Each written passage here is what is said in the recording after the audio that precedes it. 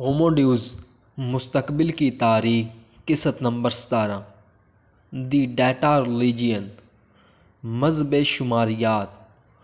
شماریات یہ اعلان کرتی ہے کہ تمام کائنات اعداد و شمار کا بہاؤ ہے اور کسی بھی مظہر یا وجود کی قدر اس شماریات میں اس کے مقام سے طے ہوتی ہے۔ شاید یہ آپ کو کوئی سنکی حاشیاتی اعلان محسوس ہو، لیکن در حقیقت یہ ابھی سے بیشتر سائنسی دنیا پر غالب آ چکا ہے۔ ڈیٹائزم دو مہیب سائنسی لہروں کے دھماکہ خیز اتصال سے وجود میں آیا تھا۔ چارلس ڈارون کی آن دی اوریجن آف اسپیشیز کی ابتدا کی اشاعت کے بعد آنے والے 150 سالوں میں حیاتیاتی سائنسدانوں نے حیات کو حیاتیاتی کیمیائی الگوریدم کے طور پر دیکھنا شروع کر دیا ہے۔ اس کے ساتھ ایلن ٹیورنگ کی ٹیورنگ مشین کی 8 دہائیوں بعد کمپیوٹر سائنسدانوں نے انتہائی پیچیدہ برقی الگوریدم سیکھ لی ہے۔ ڈیٹائزم ان دونوں کو باہم کر کے یہ دکھاتا ہے کہ حیاتیاتی کیمیا اور برقی الگوریدم دونوں پر ایک ہی ریاضی کے قوانین حاکم ہیں۔ یوں ڈیٹائزم نے مشینوں اور حیوانوں کے درمیان رکاوٹوں کو ہٹا دیا ہے اور پر امید ہے کہ بالآخر برقی الگوریدم حیاتیاتی کیمیا کی الگوریدم کو سمجھ کر اسے پیچھے چھوڑ دے گی۔ سیاستدانوں، کاروباری حضرات اور عام خریدار کے لیے مذہب شماریات نئی دھماکہ خیز ٹیکنالوجی اور وسیع نئی قوت فراہم کرتا ہے۔ یہ مفکروں اور عالموں کے لیے ایک نیا صحیفہ فراہم کرتا ہے جو صدیوں تک ہم سے گریزاں رہا، ایک واحد کل سماواتی نظریہ جو تمام سائنسی شعبوں کو جوڑ سکے، موسیقی سے اقتصادیات اور حیاتیات تک۔ ڈیٹائزم کے مطابق بیتھون کی 5ویں سمفنی، حصص کا بازار کا بلبلہ اور فلو وائرس تینوں ہی ڈیٹا کے بہاؤ کے 3 طریقے ہیں جنہیں ایک ہی نظریے اور اوزار سے سمجھا جا سکتا ہے۔ یہ خیال بہت پرکشش ہے۔ یہ تمام سائنسدانوں کو ایک مشترکہ زبان فراہم کرتا ہے، تدریسی شگافوں پر پل تعمیر کرتا ہے اور بین الشعباتی سرحدوں پر معلومات برآمد کر سکتا ہے۔ موسیقی، اقتصادیات اور حیاتیات کے ماہرین بالآخر ایک دوسرے کو سمجھ سکتے ہیں۔ اس عمل میں ڈیٹائزم حصول علم کے روایتی آرام کو سر کے بل کھڑا کر دیتا ہے۔ ابھی تک اعداد و شمار کو ذہنی عملیات کے ایک طویل سلسلے کا پہلا قدم سمجھا جاتا تھا۔ انسانوں کے لیے لازم تھا کہ وہ اعداد و شمار کو معلومات کو علم اور علم کو دانائی میں بدلیں، لیکن اعداد و شمار کے ماہرین کا خیال ہے کہ انسان اب اعداد و شمار کے عظیم بہاؤ کا ساتھ نہیں دے سکتے، لہٰذا وہ اعداد و شمار کو معلومات میں بدلنے سے قاصر ہیں۔ علم و دانائی کو تو جانے ہی دیجیے۔ تو اعداد و شمار کے عظیم بہاؤ کے تجزیے کا کام اب برقی الگوریدم کو تفویض کیا جانا چاہیے، جس کی اہلیت انسانی دماغ سے بہت زیادہ ہے۔ اس کے عملی معنی یہ ہوئے کہ اعداد و شمار کے ماہرین انسانی علم و دانائی کے بارے میں مشکوک ہیں، وہ کمپیوٹر الگوریدم پر زیادہ اعتماد رکھتے ہیں۔ ڈیٹائزم کی جڑیں اپنے 2 ماخذ شعبوں میں پیوست ہیں، کمپیوٹر سائنس اور حیاتیات۔ ان دونوں میں سے حیاتیات زیادہ اہم ہے۔ یہ حیاتیات کا ڈیٹائزم سے موانقہ تھا جس نے کمپیوٹر سائنس کی محدود دریافت کو ایک دنیا ہلا دینے والے انقلاب میں بدل دیا ہے، جس سے حیات کی فطرت ہی مکمل طور پر بدل سکتی ہے۔ ممکن ہے کہ آپ اس خیال سے متفق نہیں ہوں کہ حیات الگوریدم ہے اور زرافہ، ٹماٹر اور انسان اعداد و شمار کے برتنے کے محض مختلف طریقے ہیں۔ لہٰذا یہ آپ کو معلوم ہونا چاہیے کہ یہی موجودہ سائنسی فکر ہے اور اسی سے ہماری دنیا ناقابل شناخت حد تک بدل رہی ہے۔ آج نہ صرف انفرادی حیات کو اعداد و شمار برتنے کا نظام سمجھا جاتا ہے، بلکہ مکمل معاشروں مثلاً مکھی کے چھتے، جراثیموں کی کالونیاں، جنگل اور انسانی شہروں کو بھی۔ ماہرین اقتصادیات بھی اقتصادیات کو اعداد و شمار برتنے کا نظام سمجھتے ہیں۔ عام آدمی کے خیال میں اقتصادیات گندم اگانے والے کسانوں، کپڑے بننے والے کارکنوں اور روٹی زیر جامہ خریداروں پر مشتمل ہے، لیکن ماہرین معیشت کو خواہشات اور اہلیت کے متعلق اعداد و شمار کو جمع کرنا، پھر ان اعداد و شمار کو فیصلوں میں تبدیل کرنا سمجھتے ہیں۔ اس فکر کے مطابق آزادانہ تجارت کا سرمایہ دارانہ نظام اور ریاست کا نافذ کردہ قومی نظم 2 مقابل نظریے، اخلاقی عقائد یا سیاسی نظریے نہیں ہیں۔ اپنی روح میں یہ اعداد و شمار کو برتنے کے مقابل نظریے ہیں۔ سرمایہ کاری تقسیم کاری کو استعمال کرتی ہے، جبکہ قومی نظم مرکزی عمل پر بھروسہ کرتا ہے۔ سرمایہ داری تمام پیدا کرنے والوں اور استعمال کرنے والوں کو براہ راست ایک دوسرے سے مربوط کر کے اعداد و شمار کو برتتی ہے، معلومات کا آزادانہ تبادلہ کرتی ہے اور آزادانہ فیصلہ کرتی ہے۔ آزاد مارکیٹ میں آپ روٹی کی قیمت کیسے متعین کر سکتے ہیں؟ ہر نان بائی جتنی چاہے روٹی بنا سکتا ہے اور جو چاہے اس کی قیمت متعین کر سکتا ہے۔ خریداروں کو بھی آزادی ہے کہ وہ اپنی قوت خرید کے مطابق جتنی چاہے روٹی خریدیں۔ یا کسی مقابل نان بائی کے پاس چلے جائیں۔ ایک ڈبل روٹی کے لیے $1000 مقرر کرنا غیر قانونی نہیں، لیکن اسے کوئی خریدے گا بھی نہیں۔ ایک زیادہ عمومی سطح پر اگر سرمایہ کار روٹی کی زیادہ طلب کی پیشن گوئی کر رہے ہیں تو وہ یاتیاتی ٹیکنالوجی کمپنی کے حصص خریدیں گے جو جینیاتی ترمیم کے ذریعے گندم کی زیادہ پیداواری اقسام بڑھا سکیں۔ سرمایہ کی آمد سے یہ کمپنیاں اپنی تحقیق کی رفتار بڑھا دیں گی۔ نتیجے میں گندم زیادہ فراوانی سے مہیا ہوگی اور ہم روٹی کی قلت سے بچ جائیں گے۔ اگر کوئی دیو کامن بائیو ٹیک کمپنی کوئی غلط اندازہ قائم کرنے کی وجہ سے کہیں پھنس جاتی ہے، تب بھی اس کے زیادہ کامیاب حریف اس ممکنہ حل کو حاصل کر لیں گے جس کی امید کی جا رہی تھی۔ یوں سرمایہ دارانہ آزاد تجارت ڈیٹا کو سمجھنے اور فیصلے کرنے کے کام کو آزاد لیکن مربوط اداروں میں تقسیم کر دیتی ہے۔ آسٹریا کے اقتصادی گروہ فریڈرک ہائیک نے اسے یوں بیان کیا تھا کہ ایسے نظام میں کہ جہاں متعلقہ حقائق کا علم بہت سے افراد کو منتقل کر دیا جاتا ہے، قیمتیں مختلف افراد کے متنوع اعمال کے درمیان ربط پیدا کر دیتی ہیں۔ اس نظریے کے مطابق نوع انسان نے اب تک جو سب سے مؤثر اور تیز رفتار اعداد و شمار کے تجزیے کا نظام وضع کیا ہے وہ حصص کا بازار ہے۔ اس میں کوئی بھی شامل ہو سکتا ہے، براہ راست یا اپنے بینک یا پنشن فنڈ کے ذریعے۔ حصص بازار عالمی معیشت کو رواں رکھتا ہے اور سیارے میں بلکہ اس سے بھی آگے ہونے والے کسی بھی واقعہ کو زیر غور لاتا ہے۔ کامیاب سائنسی تجربات، جاپان میں ہونے والی سیاسی اسکینڈل، آئس لینڈ میں آتش فشاں کا پھٹنا، بلکہ سورج کی سطح پر ہونے والی غیر معمولی عملیات سے بھی قیمتیں متاثر ہوتی ہیں۔ اس نظام کو سہولت سے چلنے کے لیے جتنی زیادہ معلومات ممکن ہو اور جتنی آسانی سے مل سکے درکار ہے۔ جب دنیا بھر کے کروڑوں افراد کو تمام متعلقہ معلومات تک رسائی ہو تو وہ تیل کی سب سے درست قیمت، ہنڈائی کاروں کے حصص اور سویڈن حکومت کے بانڈ کی خرید و فروخت کر کے ان کی قیمت مقرر کرتے ہیں۔ یہ تخمینہ لگایا گیا ہے کہ نیو یارک ٹائمز کی کسی شے سرخی کا حصص کے بازار میں اثر کا اندازہ لگانے کے لیے صرف 15 منٹ کی خرید و فروخت درکار ہے۔ اعداد و شمار کی عملیات کو دیکھیں تو سمجھ میں آتا ہے کہ سرمایہ دار مالیہ کم رکھنے پر کیوں اصرار کرتے ہیں۔ زیادہ مالیہ کا مطلب ہوتا ہے کہ سرمایہ کا بیشتر حصہ ایک ہی جگہ جمع ہو جائے، یعنی ریاستی بیت المال۔ یوں زیادہ سے زیادہ فیصلے ایک ہی عامل کے اختیار میں ہوتے ہیں، یعنی حکومت، جس سے اعداد و شمار کے تجزیے کا ایک بہت مرکزی نظام بن جاتا ہے۔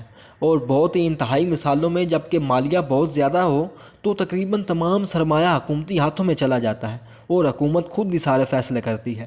وہی روٹی کی قیمت، بیکری کا جائے وقوع اور تحقیق و پیداوار کا بجٹ متعین کرتی ہے۔ آزاد تجارت میں اگر ایک عامل غلط فیصلہ کرے تو دوسرے فوراً اس کی غلطی سے فائدہ اٹھاتے ہیں، لیکن جب کہ ایک ہی عامل تمام فیصلے کرے تو غلطیاں تباہ کن ہو سکتی ہیں۔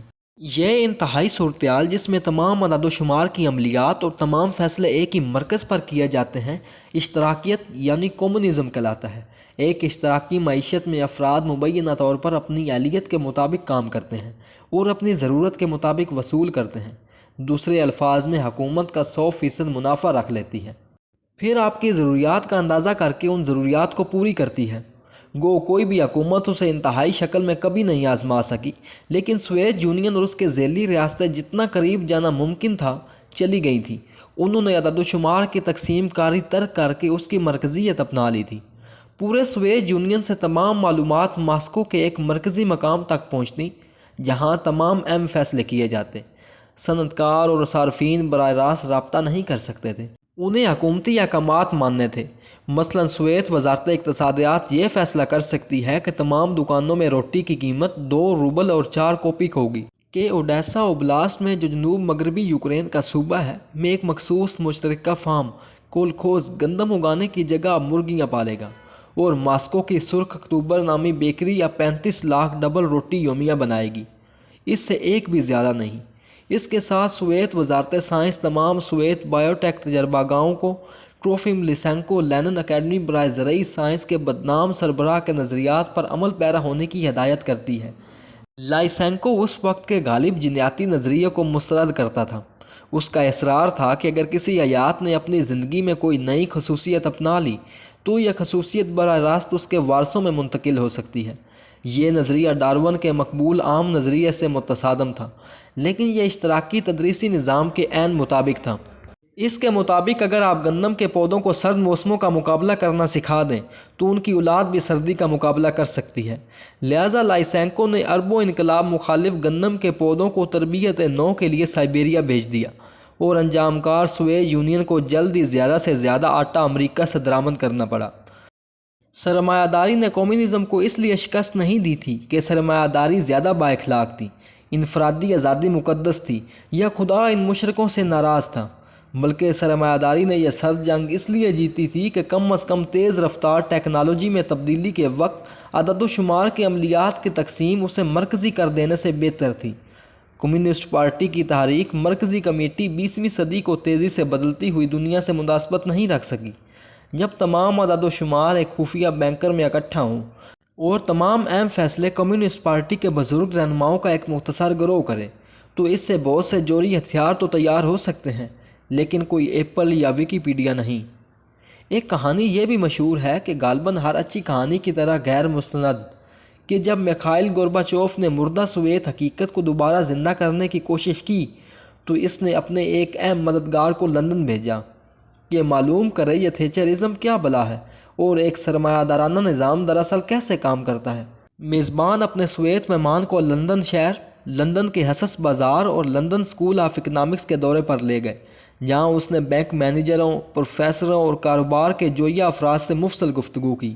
بہت گھنٹوں بعد بلا کر وہ سوویت ماہر پھٹ پڑا۔ ذرا ٹھہرو، ان تمام پیچیدہ اقتصادی نظریات کو رہنے دو۔ ہم سارا دن لندن کی خاک چھانتے رہے، لیکن ایک بات میری سمجھ میں نہیں آئی۔ وہاں ماسکو میں ہمارے بہترین دماغ روٹی کی تقسیم کے نظام پر کام کر رہے ہیں، لیکن پھر بھی ہر نان بائی اور ہر پنساری کی دکان کے سامنے اتنی لمبی قطاریں ہیں۔ یہاں لندن میں لاکھوں افراد مقیم ہیں اور ہم آج بہت سی دکانوں اور سپر مارکیٹوں کے سامنے سے گزر رہے ہیں، لیکن میں نے روٹی کی ایک بھی قطار نہیں دیکھی۔ برائے کرم مجھے اس شخص کے پاس لے چلو جو لندن میں روٹی کی فراہمی کا نگران ہے، مجھے اس کا راز معلوم کرنا ہے۔ میزبانوں نے اپنا سر کھجایا، 1 منٹ سوچا، پھر بولے، لندن میں روٹی کی فراہمی کا کوئی نگران نہیں ہے۔ سرمایہ داری کی کامیابی کا یہی راز ہے کہ کوئی مرکزی عملیاتی ادارہ لندن میں روٹی کی فراہمی کے اعداد و شمار پر قابض نہیں۔ یہ معلومات لاکھوں صارفین، نان بائیوں، سرمایہ داروں، کسانوں، سائنسدانوں اور بنانے والوں کے درمیان آزادانہ تقسیم ہوتی ہے۔ بازاری قوتیں روٹی کی قیمت متعین کرتی ہیں، روزانہ کتنی روٹیاں بنیں گی اور تحقیق و ترقی کی ترجیحات کیا ہوں گی۔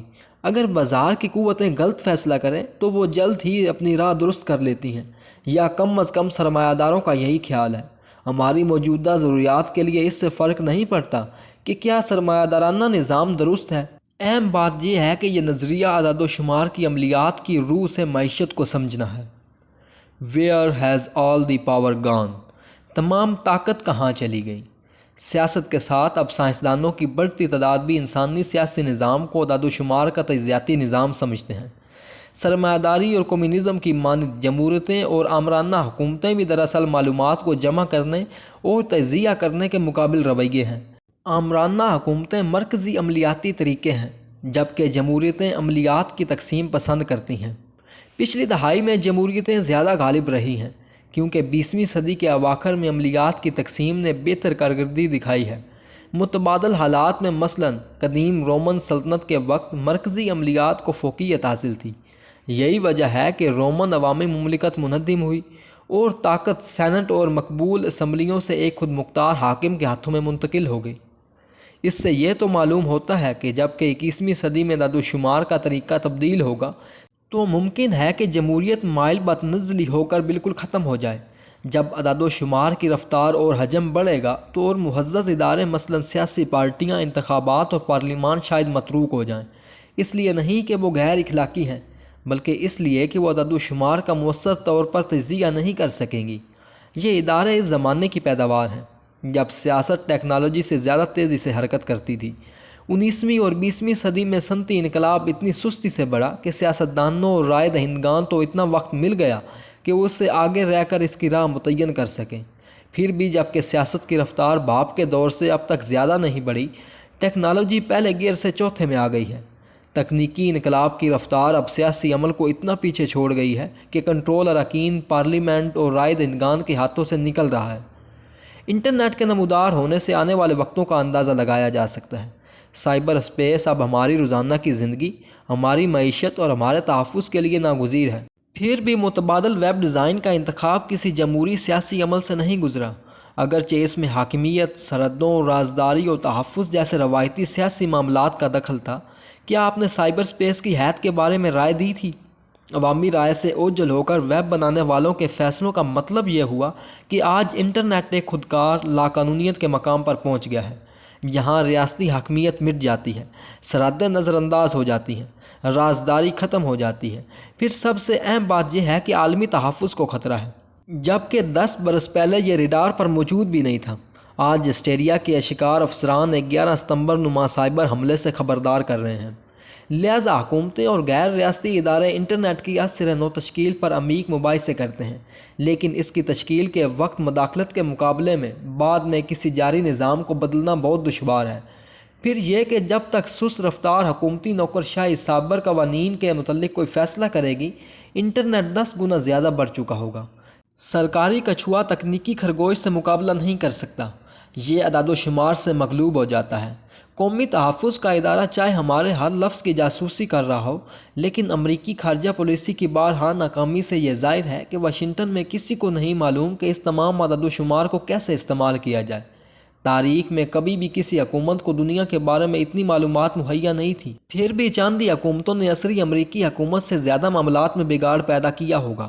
یہ ایک جوئے کی مانند ہے جس میں کھلاڑی کو معلوم ہوتا ہے کہ اس کے مخالف کے پاس تاش کے کون سے پتے ہیں، لیکن پھر بھی وہ کسی نہ کسی طرح ہارتا ہی چلا جاتا ہے۔ آنے والی دہائیوں میں امکان یہی ہے کہ ہم انٹرنیٹ جیسے مزید انقلاب دیکھیں گے، جس میں ٹیکنالوجی سیاست سے آگے نکل جائے گی۔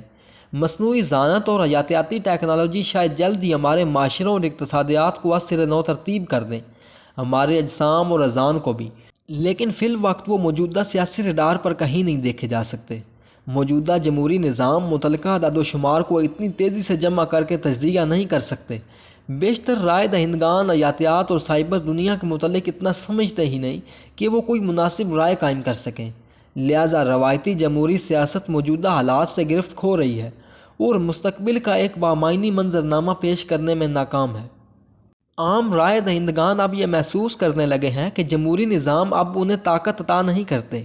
ہمارے اطراف دنیا بدل رہی ہے، لیکن ہم نہیں جانتے کہ کیوں اور کیسے۔ طاقت ان کے ہاتھوں سے نکل رہی ہے، لیکن یہ واضح نہیں کہ کہاں جا رہی ہے۔ برطانیہ میں رائے دہندگان کا خیال ہے کہ یہ طاقت یورپی یونین کو منتقل ہو رہی ہے، لہٰذا وہ یورپی یونین کو چھوڑنا چاہتے ہیں۔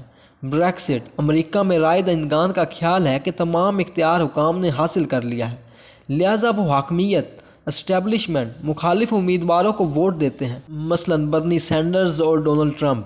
افسوس کی بات یہ ہے کہ کوئی یہ نہیں جانتا کہ تمام طاقت کہاں گئی۔ اگر برطانیہ نے یونین چھوڑ دیا یا ٹرمپ وائٹ ہاؤس میں پہنچ گیا تو طاقت یقیناً دوبارہ عام رائے دہندگان کے ہاتھوں میں منتقل نہیں ہو جائے گی۔ اس کا مطلب یہ نہیں ہوا کہ ہم 20ویں صدی کے انداز کی آمرانہ حکومت میں واپس چلے جائیں گے۔ آمرانہ حکومتیں بھی تکنیکی ترقی کی رفتار سے اتنی ہی حیرت زدہ نظر آتی ہیں۔ 20ویں صدی میں آمر مستقبل کے لیے ایک عظیم سوچ رکھتے تھے۔ اشتاقی اور فسطائی دونوں ہی پرانی دنیا کو مکمل طور پر منہدم کر کے اس کی جگہ نئی دنیا تعمیر کرنا چاہتے تھے۔ آپ لینن، ہٹلر یا ماؤ کے متعلق کچھ بھی کہیں، لیکن ان پر نظریے کی کمی کا الزام نہیں لگا سکتے۔ آج شاید رہنماؤں کے پاس اس سے بھی عظیم فکر کے تعاقب کا موقع ہے، جبکہ نازیوں اور کمیونسٹوں نے بھاپ اور ٹائپ رائٹر کی مدد سے ایک نئے انسان اور نئے معاشرے کی تعمیر کی کوشش کی تھی۔ آج کے پیغمبر حیاتیاتی ٹیکنالوجی اور سپر کمپیوٹر استعمال کر سکتے ہیں۔ سائنس فکشن کی فلموں میں بے رحم ہٹلر جیسے سیاستدان نئی ٹیکنالوجی فوراً ہتھیا کر اسے برتری کے کھپت کے سیاسی نظریے کے لیے استعمال کرتے ہیں، لیکن 21ویں صدی کے اوائل میں گوش پوش کے سیاستدان روس، ایران اور شمالی کوریا جیسی آمرانہ حکومتوں میں بھی اپنے ہالی ووڈ کے ستاروں کے مقابلے میں کچھ نہیں۔ لگتا نہیں کہ وہ کوئی جرأت مندانہ نئی دنیا تراش رہے ہیں۔ کم جانگ ان اور خامنہ ای کے خواب بھی جوہری ہتھیاروں اور بلسٹک میزائلوں سے زیادہ نہیں سوچ پاتے۔ یہ بالکل 1945 جیسا ہے۔ پیوٹن کے عزائم پرانے سوویت بلاک کو بحال کرنا یا اس سے بے قدیم زار کی سلطنت کو بحال کرنا ہے، جبکہ امریکہ میں باولے امریکی براک اوباما پر ایک بے رحم جابر کا الزام لگاتے ہیں جو امریکی معاشرے کی بنیادوں کے خلاف ساز باز کر رہا تھا، جبکہ وہ تو اپنی حکومت کے 8 سالوں میں صحت عامہ کی معمولی اصلاحات بھی نافذ نہ کر سکا۔ نئے دنیا اور نئے انسانوں کو وضع کرنا اس کے ایجنڈے سے بعید تھا۔ کیونکہ آج ٹیکنالوجی بہت تیز رفتار سے بڑھ رہی ہے۔ پارلیمنٹ اور آمر دونوں ہی اعداد و شمار کی تعداد سے مغلوب ہیں۔ موجودہ دور کے سیاستدان ایک صدی کے پہلے کے اپنے پیش روؤں کے مقابلے میں بہت چھوٹے پیمانے پر سوچ رہے ہیں، لہٰذا 21ویں صدی کے اوائل میں سیاست کسی عظیم مفکر سے خالی ہے۔ حکومتیں محض انتظامیہ بن گئی ہیں، یہ ملک چلاتی ہیں لیکن اس کی رہنمائی نہیں کرتی۔ حکومتیں یہ یقینی بناتی ہیں کہ اساتذہ کو وقت پر تنخواہ ملے اور نالیاں ابلنے نہ پائیں، لیکن انہیں یہ اندازہ نہیں ہوتا کہ 20 سالوں میں ملک کہاں ہوگا۔ کسی حد تک یہ بہت خوش آئند بات بھی ہے، کیونکہ 20ویں صدی کی چند بڑی سیاسی فکروں نے آشورٹس، ہیروشیما اور بڑا اقدام اٹھایا ہے، تو شاید یہی بہتر ہو کہ ہم ان چھوٹی سوچ کے مالک نوکرشاہی کے ہاتھوں میں ہوں۔ ایک خدا جیسی ٹیکنالوجی کا سیاسی خب سے ملاپ تباہی کا نوح ہے۔ بہت سے جدید لبرل معاشیات کے ماہرین اور سیاسی سائنسدان کہتے ہیں کہ بہتر یہی ہے کہ تمام اہم فیصلوں کو آزاد مارکیٹ کے ہاتھوں میں رہنے دیا جائے۔ یوں وہ سیاستدانوں کو لا علمی اور بے حسی کا موضوع بہانہ فراہم کرتے ہیں، جسے پھر بہت عقل مندی سمجھا جاتا ہے۔ سیاستدان ایک سہولت کی آڑ میں پناہ لیتے ہیں۔ دنیا اس لیے ان کی سمجھ میں نہیں آتی کہ انہیں دنیا کو سمجھنے کی ضرورت ہی نہیں۔ خدا جیسی ٹیکنالوجی تو تنگ نظر سیاست سے ملانے میں بہت نقصانات ہیں۔ فکر کی اچھی نہیں ہوتی اور مستقبل کی تمام فکریں لازماً بری نہیں ہوتی۔ 20ویں صدی میں غلط نازی فکر جو خود مندم نہیں ہوئی تھی، اسے اشتراکیت اور آزاد روی کی اتنی ہی تنگ گہری بصارت سے شکست ہوئی تھی۔ بازار کی قوتوں پر مستقبل کو چھوڑ دینا خطرناک ہے، کیونکہ ان قوتوں کا محرک بازار کی بہتری ہے، نو انسان یا دنیا کی نہیں۔ بازار کا ہاتھ نابینا اور نادیدہ ہے۔ اگر اسے خود اس کے افعال پر چھوڑ دیا جائے تو ممکن ہے کہ وہ عالمی ماحولیاتی آلودگی یا مصنوعی ذہانت کے ممکنہ خطرات کے بارے میں کچھ نہ کرے۔ کچھ افراد کو یقین ہے کہ کوئی نہ کوئی نگرانی ضرور کرتا ہے، جمہوری سیاستدان یا عامر حکمران نہیں، بلکہ مٹھی بھر ارب پتی افراد کا ایک خفیہ گروہ جو دنیا کو چلاتا ہے۔ لیکن ساز باز کے یہ نظریے عموماً کارآمد نہیں ہوتے، کیونکہ وہ نظام کی پیچیدگی کو نظر انداز کرتے ہیں۔ اسکاچ پیتے، سگار سلگاتے چند ارب پتی کسی تاریک کمرے میں دنیا میں ہونے والے ہر واقعہ سے آگاہ نہیں ہو سکتے، اسے چلانا تو بہت دور کی بات ہے۔ بے رحم ارب پتی اور چھوٹے مفاداتی گروہ آج کی ابتر دنیا میں اس لیے کامیاب نہیں ہیں کہ وہ نقشے کو ہم سے بہتر پڑھ سکتے ہیں، بلکہ اس لیے کیونکہ ان کے مقاصد بہت محدود ہیں۔ ابتری کے نظام میں محدود نظری کے اپنے فوائد ہیں، اور ارب پتیوں کی طاقت ان کے مقاصد کے متوازن ہوتی ہے۔ جب دنیا کے امیر ترین تاجر مزید $1 ارب بنانا چاہیں تو وہ نظام کو استعمال کر کے بآسانی بنا سکتے ہیں۔ اس کے مقابلے میں اگر وہ عالمی معاشی ناہمواری یا عالمی ماحولیاتی آلودگی کو ختم کرنا چاہیں تو وہ بھی ایسا نہیں کر سکیں گے، کیونکہ نظام بہت زیادہ پیچیدہ ہے۔ پھر بھی طاقت کے میدان میں خلاص زیادہ عرصے باقی نہیں رہتا۔ اگر 21ویں صدی میں روایتی سیاسی نظام اعداد و شمار کو تیزی سے سمجھ کر بامعنی بصارت پر قادر نہیں، تو نئے اور زیادہ مؤثر نظام ابھر کر ان کی جگہ لے لیں گے۔ یہ نئے نظام کسی سابقہ نظام سے، چاہے جمہوری ہو یا آمرانہ، بہت مختلف ہو سکتے ہیں۔ سوال صرف یہ ہے کہ ایسے نظام کو کون وضع کرے گا اور کون چلائے گا۔ نو انسان اگر مزید اس کے کام کے قابل نہیں رہی تو شاید اسے کسی اور کو موقع دینا چاہیے۔ ہسٹری ان اے نٹ شیل، تاریخ کا مختصر جائزہ۔ اعداد و شمار کے کسی کارکن کی نگاہ سے ہم ساری انسانی اسپیشی کو ایک واحد جزیاتی نظام سمجھ سکتے ہیں، جس میں ایک انفرادی وجود کمپیوٹر چپس کی مانند کام کرتا ہے۔ اگر ایسا ہے تو ہم 4 بنیادی طریقوں کے استعمال سے تاریخ کو بھی اس نظام کی عملیات کے بہتر کرنے کا عمل سمجھ سکتے ہیں۔ نمبر 1، تجزیاتی مراکز کی تعداد میں اضافہ۔ 1,00,000 آبادی کے شہر میں 1,000 دیہاتیوں سے زیادہ تجزیاتی قوت ہوتی ہے۔ نمبر 2، تجزیاتی مراکز کے تنوع میں اضافہ۔ مختلف تجزیاتی آلے اعداد و شمار کے تجزیے کے لیے مختلف طریقے استعمال کر سکتے ہیں، لہٰذا ایک ہی نظام میں مختلف اقسام کے تجزیاتی طریقوں کے استعمال سے اس کی حرکیات اور تخلیقی قوت میں اضافہ ہوتا ہے۔ ایک کسان، پادری اور طبیب کے درمیان گفتگو سے انوکھے خیالات پیدا ہو سکتے ہیں، جو 3 شکاری متلاشیوں کے درمیان گفتگو سے پیدا نہیں ہوتے۔ نمبر 3، تجزیاتی آلات کے درمیان رابطوں میں اضافہ۔ محض تجزیاتی آلات کی تعداد اور اقسام میں اضافہ فضول ہے۔ اگر وہ ایک دوسرے سے رابطے میں نہ ہوں، 10 تنہا شہروں کے مقابلے میں ایک تجارتی سلسلہ جس میں 10 شہر منسلک ہوں، زیادہ اقتصادی، تکنیکی اور سماجی جدت پیدا کر سکتے ہیں۔ نمبر 4، موجودہ روابط کے درمیان آزادانہ تبادلے میں اضافہ۔ اگر اعداد و شمار آزادانہ منتقل نہیں ہو سکتے تو تجزیاتی آلات کو باہم ملانا بیکار ہے۔ 10 شہروں کے درمیان سڑکیں بنانا بیکار ہے اگر ان پر ڈاکو دندنا رہے ہوں، یا اگر کوئی پاگل آمر تاجروں اور مسافروں کو ان کی مرضی کے مطابق حرکت سے باز رکھے۔ یہ 4 طریقے ایک دوسرے کی نفی کرتے ہیں۔ تجزیاتی آلات کی تعداد اور تنوع جس قدر زیادہ ہوگا، ان کا باہم آزادانہ رابطہ اتنا ہی دشوار۔ سیپین کا اعداد و شمار کا عملیاتی نظام 4 مختلف مراحل سے گزرا ہے، اور ہر مرحلے میں ایک مختلف طریقے پر زور دیا گیا تھا۔ پہلا مرحلہ ادارکی انقلاب سے شروع ہوا، جس سے بہت بڑی تعداد میں سیپین ایک واحد اعداد و شمار کے تجزیاتی سلسلے سے منسلک ہوئے۔ اس سے سیپین کو دوسرے انسانوں اور حیوانوں کی اسپیشی پر ایک عام فوقیت حاصل ہوئی، جبکہ نیانڈرتھال، چمپینزی یا ہاتھیوں کی محدود تعداد ایک ہی سلسلے سے منسلک ہو سکتے ہیں۔ سیپین کے معاملے میں ایسی کوئی حدود نہیں۔ اعداد و شمار میں اس برتری سے سیپین ساری دنیا پر چھا گئے، لیکن جب وہ مختلف علاقوں اور ماحول میں بکھرے تو ان کا آپس میں رابطہ نہیں رہا، اور وہ متفرق ثقافتی تبدیلیوں سے گزرے۔ اس کے نتیجے میں بہت متنوع انسانی ثقافتوں نے جنم لیا۔ ہر ایک کا اپنا طرز زندگی، رویہ اور دنیا کے بارے میں مختلف نقطہ نظر تھا، لہذا تاریخ کے پہلے حصے میں رابطے کی قربانی سے انسانی تجزیہ کاروں کی تعداد اور نوعیت میں اضافہ ہوا۔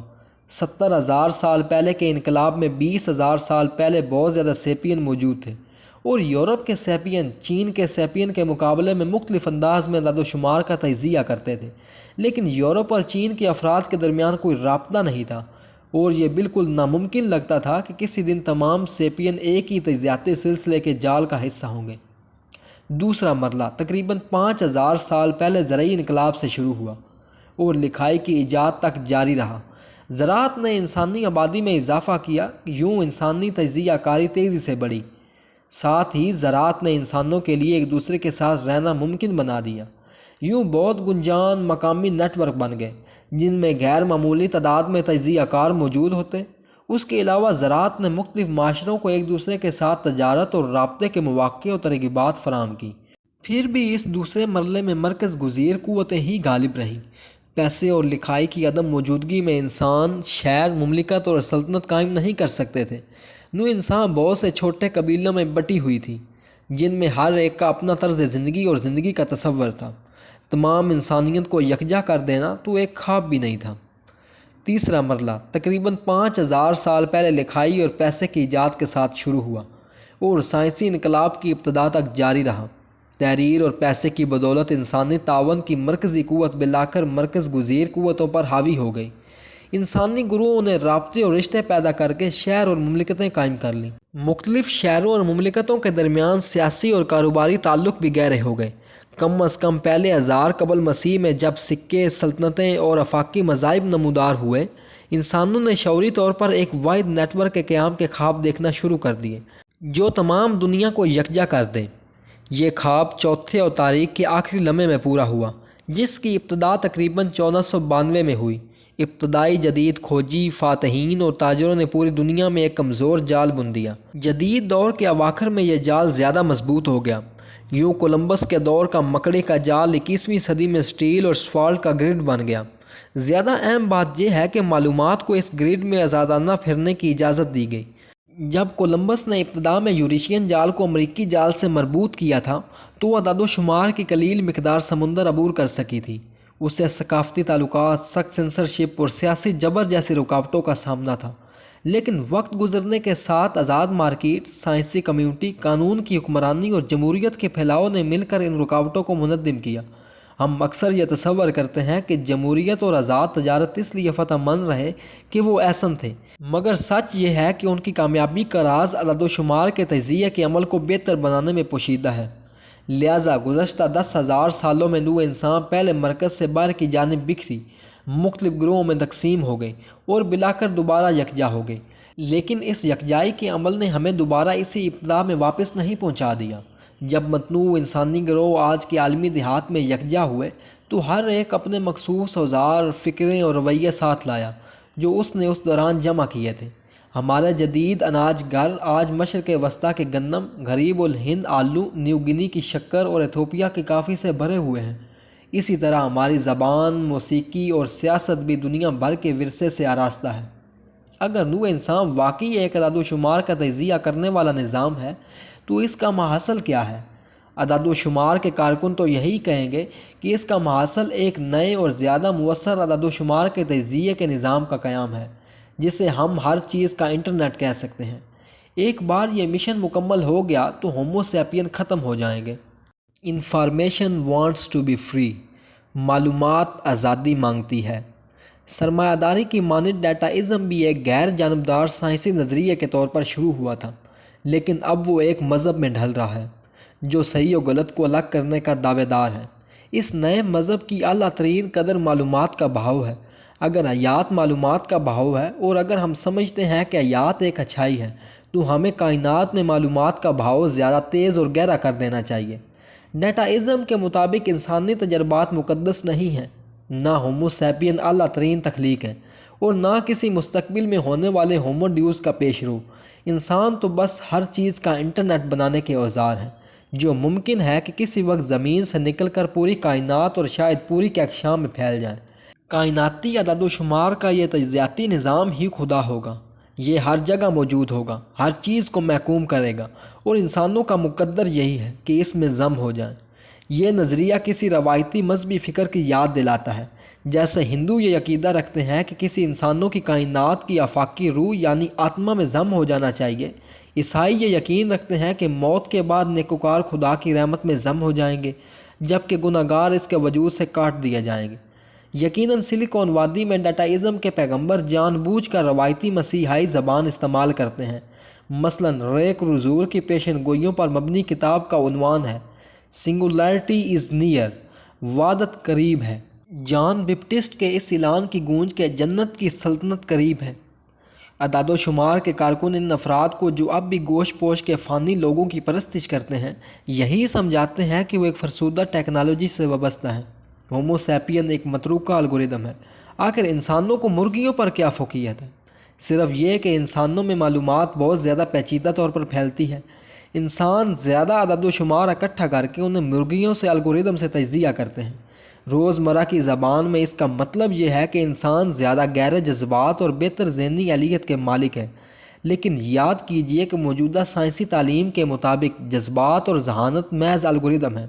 تو اگر ہم اعداد و شمار کے تجزیہ کا ایک ایسا نظام وضع کر لیں جو انسانوں سے بھی زیادہ اعداد و شمار اکٹھا کر کے ان کا اور بھی زیادہ مؤثر طور پر تجزیہ کر سکے، تو کیا وہ نظام انسانوں سے اسی طرح بہتر نہیں ہوگا جیسے انسان مرغیوں سے؟ ڈیٹائزم محض بیکار پیشن گوئیوں تک محدود نہیں، ہر مذہب کی مانند اس کی عملی احکامات بھی ہیں۔ سب سے پہلا اور افضل تو یہ کہ اعداد و شمار کا ہر کارکن ڈیٹا کے بہاؤ کو بڑھانے کے لیے زیادہ سے زیادہ مواصلاتی روابط پیدا کرے، زیادہ سے زیادہ معلومات پیدا اور استعمال کرے۔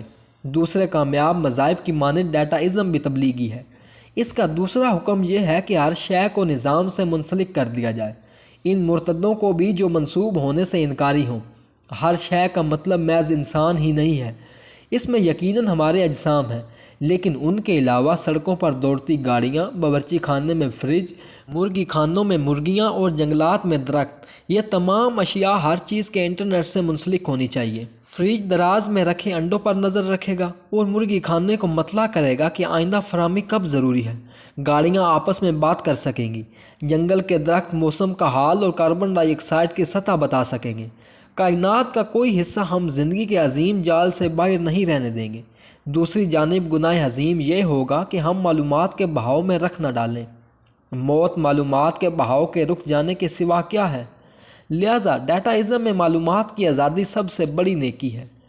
افراد شاذ ہی کبھی کوئی نئی قدر بیان کرتے ہیں۔ آخری بار یہ 18ویں صدی میں ہوا تھا جب انسانیت کے انقلاب نے انسانی آزادی اور انسانی مساوات اور انسانی بھائی چارے کا پرچار شروع کیا تھا۔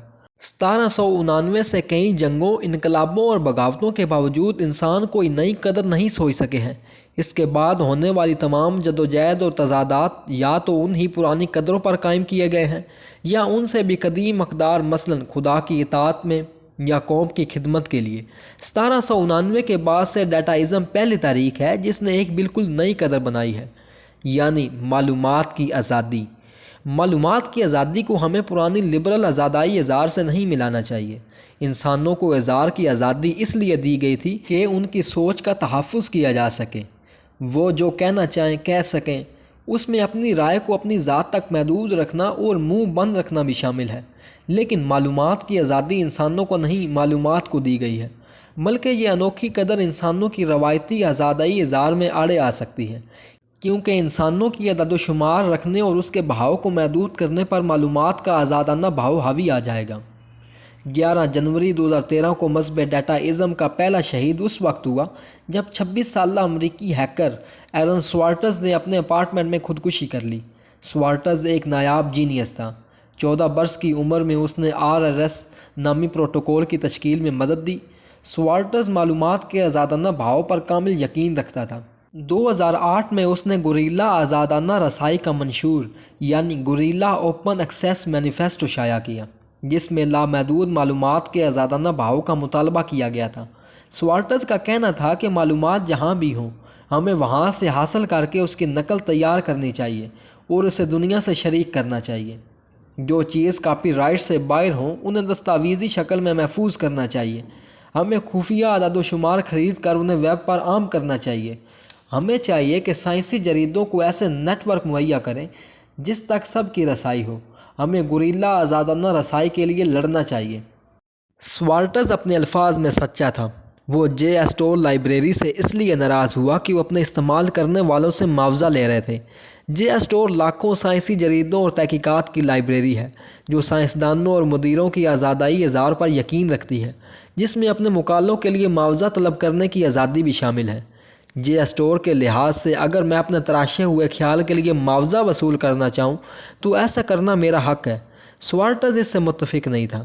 اس کا خیال تھا کہ معلومات آزادی چاہتی ہے، نظریات ان افراد کی ملکیت نہیں جنہوں نے اسے تراشا تھا، اور یہ غلط ہے کہ یہ عدد و شمار ان دیواروں کے پیچھے پوشیدہ ہوں۔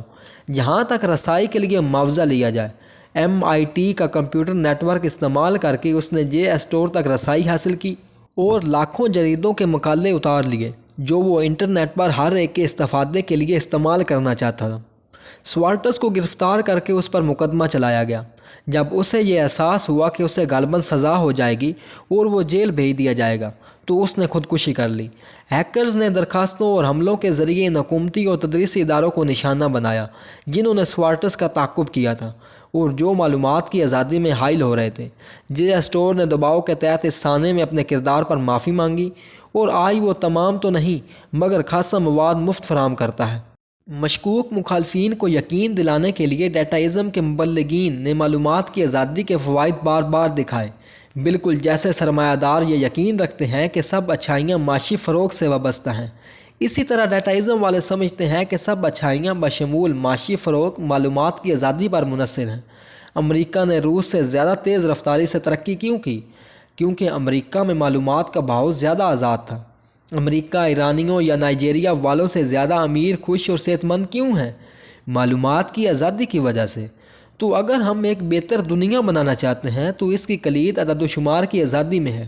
اگر گوگل کو ہماری پیدا کردہ معمولات تک آزاد رسائی دی جائے تو ہم پہلے ہی دیکھ چکے ہیں کہ گوگل نئی دباؤں کا روایتی صحت کے اداروں سے پتہ چلا سکتا ہے۔ اسی طرح آزادانہ معلومات کا بہاؤ آلودگی اور کوڑے کے ڈھیروں کو کم کر سکتا ہے، مثلا نقل و حمل کے نظام کو راشن کر کے۔ 2010 میں دنیا بھر میں 1 ارب سے زیادہ نجی کاریں تھیں اور ان کی تعداد بڑھ رہی ہے۔ یہ گاڑیاں ہمارے سیارے کو آلودہ کرتی ہیں، بہت وسائل ضائع کرتی ہیں، صرف زیادہ چوری، سڑکوں اور پارکنگ کے مزید جگہوں کا تو ذکر ہی کیا۔ افراد اب نجی ذرائع کے اتنی عادی ہو گئے ہیں کہ ان کا بسوں یا ریلوں سے مطمئن ہونا دشوار ہے، لیکن ڈیٹا والے یہ نشاندہی کرتے ہیں کہ افراد صرف نقل و حمل چاہتے ہیں، ایک نجی کار نہیں، اور ڈیٹا عملیات کا نظام یہ نقل و حمل زیادہ سستا اور مؤثر طور پر پہنچا سکتا ہے۔ میری ایک نجی کار ہے لیکن بیشتر وقت یہ پارکنگ لاٹ میں بیکار کھڑی رہتی ہے۔ ایک عام دن میں 8:04 پر میں اپنی کار میں سوار ہو کر جامعہ پہنچتا ہوں، جہاں میری کار سارا دن کے لیے کھڑی ہو جاتی ہے۔ شام 6:11 پر میں اپنی کار کی جانب واپس لوٹتا ہوں، آدھے گھنٹے کا واپسی کا سفر شروع کرتا ہوں، اور بس یوں میں اپنی کار سارا دن 1 گھنٹے کے لیے استعمال کرتا ہوں۔ باقی 23 گھنٹوں کے لیے میں اسے کیوں رکھتا ہوں؟ تو کمپیوٹر الگوریدم کے زیر انتظام ایک زیادہ مؤثر کار کا اشتراکی نظام کیوں نہ شروع کیا جائے؟ کمپیوٹر کو معلوم ہوگا کہ میں 8:04 پر گھر سے نکلتا ہوں، اور وہ نزدیک ترین خودکار گاڑی مجھے اٹھانے کے لیے عین وقت پر بھیج دے گا۔ مجھے اتارنے کے بعد وہ دوسرے مقاصد کے لیے مہیا ہو جائے گی، بجائے اس کے کہ یہ کار پارکنگ میں بیکار کھڑی رہے۔ عین 6:11 پر شام جب میں پھاٹک سے نکلتا ہوں تو ایک اور مشترکہ کار میرے پاس آ کر رکتی ہے اور مجھے گھر لے جاتی ہے۔ اسی طرح 1 ارب نجی کاروں کی جگہ 5 کروڑ مشترکہ گاڑیاں لے سکتی ہیں، اور ہمیں کم سڑکوں، پلوں، سرنگوں اور پارکنگ جگہوں کی ضرورت ہوگی، لیکن صرف اگر ہم اپنی رازداری کو ختم کر کے الگورتھم کو یہ معلوم کرنے کی اجازت دیں کہ ہم کہاں ہیں اور کہاں جانا چاہتے ہیں۔ Record, upload and share. قلم بند کرو، نقل کرو، شریک کرو۔ اگر آپ 20 سال سے کم عمر کے ہیں تو شاید آپ کو یہ یقین دلانے کی ضرورت ہی نہیں کہ اگر اس سے ان کی نجی زندگی، آزادی اور انفرادیت پر فرق پڑے، تب بھی افراد اس معلومات کے بہاؤ کا حصہ بننا چاہتے ہیں۔ انسانیت آرٹ میں انفرادی جینیسز کو تقدیس بخشتی ہے، لہٰذا کسی نیپکن پر پکاسو کی آڑی ترچھی لکیریں بھی سوتی بائی میں لاکھوں میں فروخت ہوتی ہیں۔ انسانیت میں سائنس انفرادی محقق کو تعظیم بخشتی ہے، اور ہر اسکالر یا کسی سائنس یا نیچر میں شائع ہونے والے مقالے میں سب سے اوپر نام دیکھنے کے خواب دیکھتا ہے۔ لیکن آج کل بڑھتی ہوئی مقدار میں تخلیقی اور سائنسی ایجادات ہر ایک کے انتھک تعاون سے پیدا ہوتی ہے۔ ویکیپیڈیا کون لکھتا ہے؟ ہم سب لکھتے ہیں۔ فرد اب ایک محیط نظام میں ایک ننھے چپ کی مانند ہے جسے وقتاً کوئی نہیں سمجھتا۔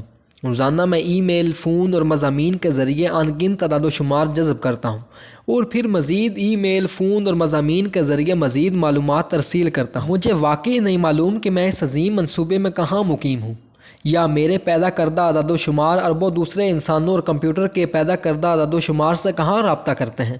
میرے پاس یہ معلوم کرنے کا وقت بھی نہیں، کیونکہ میں سارا دن ای میل کا جواب دینے میں مصروف ہوں، اور جب میں مزید ای میل لکھ کر، مزید فون کر کے اور مزید مضامین کے ذریعے زیادہ معلومات کا زیادہ مؤثر طریقے سے تجزیہ کرتا ہوں تو میں اپنے اطراف افراد کو مزید معلومات سے لاد دیتا ہوں۔ ڈیٹا کے اس غیر معمولی دباؤ سے نئی معلومات، ایجادات وجود میں آتی ہیں، اور نئے مسائل سر اٹھاتے ہیں جو نہ کسی نے سوچے ہوتے ہیں اور نہ کسی کے قابو میں ہیں اور نہ سمجھ میں آتے ہیں۔ کوئی نہیں جانتا کہ عالمی معیشت کیسے کام کر رہی ہے یا عالمی سیاست کا رخ کس جانب ہے، لیکن کسی کو جاننے کی ضرورت بھی نہیں۔ آپ کو بس اپنی ای میل جلدی پڑھنے کی ضرورت ہے اور نظام کو اپنی ای میل دیکھنے کی اجازت دینے کی، بالکل جیسے آزاد تجارت کے دائی سرمایہ دار مارکیٹ کے نادیدہ ہاتھ پر یقین رکھتے ہیں، اسی طرح ڈیٹا والے ڈیٹا کے بہاؤ کے نادیدہ ہاتھ پر یقین رکھتے ہیں۔ عالمی ڈیٹا کا تجزیاتی نظام جب اتنا طاقتور اور تمام معلوماتی ہو جا رہا ہے تو اس نظام سے منسلک ہونا تمام معنی کا منبع ہے۔ انسان اس ڈیٹا کے بہاؤ کا حصہ بننا چاہتے ہیں، کیونکہ آپ جب ڈیٹا کے بہاؤ کا حصہ ہوں تو آپ اپنے سے کسی بڑی چیز کا حصہ ہیں۔ روایتی مذاہب آپ کو یہ یقین دلاتے ہیں کہ آپ کا ہر لفظ اور عمل ایک عظیم کائناتی منصوبے کا حصہ ہے۔ خدا آپ کے ہر عمل پر لحظہ نگاہ رکھتا ہے۔ ڈیٹا کا مذہب اب یہ کہتا ہے کہ آپ کا ہر لفظ اور عمل ایک عظیم ڈیٹا بہاؤ کا حصہ ہے۔ الگورتھم مستقل آپ کی نگرانی کر رہی ہے اور آپ کے ہر عمل اور احساس کا خیال رکھتی ہے۔ بیشتر افراد اسے پسند کرتے ہیں۔ پیروکاروں کے لیے اس ڈیٹا کے بہاؤ سے جدا ہونے کا مطلب ہے زندگی کا بے معنی ہو جانا۔ تو کچھ کرنے یا محسوس کرنے کی ضرورت ہی کیا ہے اگر کوئی اس سے واقف ہی نہیں، اور اگر اس سے معلومات کے عالمی تبادلے میں کوئی فرق ہی نہیں پڑتا۔ انسانیت ہمیں یہ بتاتی ہے کہ احساس ہمارے اندر ہوتا ہے، اور جو بھی ہو رہا ہے ہمیں اس کے معنی خود اپنے اندر تلاش کرنے چاہیے اور کائنات کو معنی دینے چاہیے۔ ڈیٹا والے کہتے ہیں اگر تجربات میں دوسروں کو شامل نہ کیا تو وہ بے قیمت ہیں۔ ہمیں معنی خود اپنے اندر تلاش کرنے کی ضرورت نہیں، بلکہ ہم تلاش کر ہی نہیں سکتے۔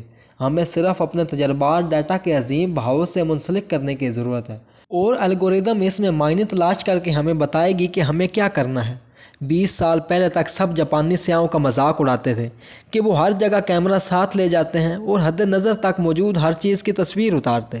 اب ہر ایک یہی کرتا ہے۔ آپ انڈیا جائیں اور ایک ہاتھی کو دیکھیں تو آپ اس وقت تک اپنے آپ سے یہ نہیں کہتے کہ ہاتھی کو دیکھ کر میں کیسا محسوس کر رہا ہوں۔ آپ تو اس کی تصویر کھینچنے کے لیے اپنا فون ڈھونڈنے میں مصروف ہوتے ہیں، پھر اسے فیس بک پر لگانے اور ہر 2 منٹ بعد یہ دیکھنے کہ اسے کتنے لوگوں نے پسند کیا ہے۔ کوئی نجی ڈائری لکھنا جیسا کہ گزشتہ نسلوں میں ایک عام انسانی روایت تھا، آج کے نوجوانوں کو وقت کا ضیاع لگتا ہے۔ اگر کوئی دوسرا اسے پڑھے ہی نہیں تو کچھ لکھنے کی کیا ضرورت ہے؟ نیا قاعدہ یہ کہتا ہے کہ جو تجربہ کرو اسے محفوظ کر لو۔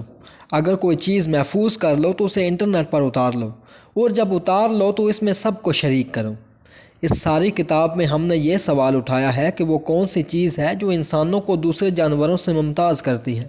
ڈیٹا ازم کے پاس ایک نیا اور سادہ سا جواب ہے۔ خود اپنی ذات میں انسانی تجربات بھیڑوں یا ہاتھیوں کے تجربات سے بالکل افضل نہیں ہوتے۔